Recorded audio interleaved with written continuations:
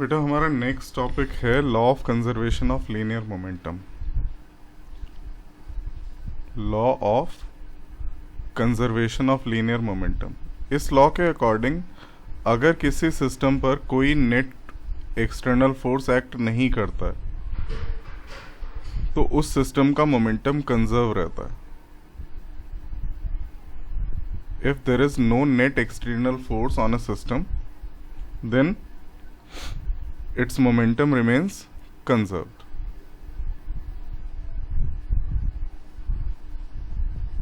तो proper statement हम क्या बोलेंगे? The total linear momentum of a system is constant if the net external force acting on the system is 0।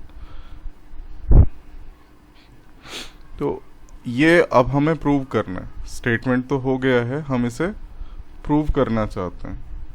तो एक तो क्विक प्रूफ है कि हम क्या कहें, force is equal to rate of change of momentum and if F is 0, अगर force 0 है it simply means dp over dt is 0, that is rate of change of momentum is 0। And if rate of change of momentum is 0 it implies that momentum is constant, क्योंकि अगर किसी चीज़ का rate of change 0 है मतलब वो quantity constant है। तो यहाँ से आ जाता है p इक्वल्स टू कांस्टेंट। ये तो क्विक प्रूफ है, बट हम इसे एक 2 बॉडी सिस्टम पर अप्लाई कर रहे हैं।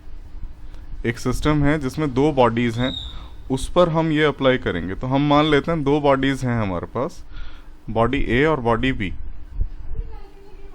a body A and a body B। इसका मास m1 और इसका मास m2।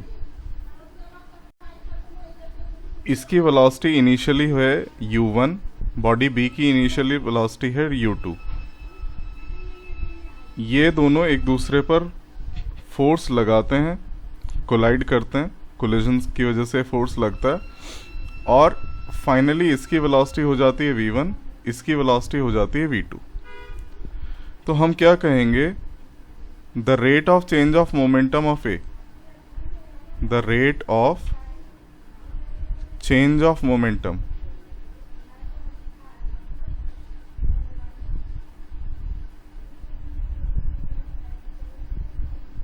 Of A after collision is change in momentum divided by time taken. तो चेंज इन मोमेंटम क्या होगा? Final momentum of A is m1 v1 and initial momentum of A was m1 u1। तो change in momentum is the difference of these two divided by time taken. तो ये हो गया rate of change of momentum of A. Similarly the rate of change of momentum of B, पूरा लिखेंगे आप, the rate of change of momentum of B, that will be m2 v2 minus m2 u2 divided by t। According to Newton second law rate of change of momentum होता है force के equal. तो हम क्या कह सकते हैं? Force on a due to b is equal to rate of change of momentum of a which is m1 v1 minus u1, m1 common ले लेता हूँ मैं, divided by t। And similarly force on b due to a is m2 v2 minus u2 divided by t। But Newton's third law के according हम जानते हैं force on a due to b is equal to negative of force on B due to A. Therefore, m1 into v1 minus u1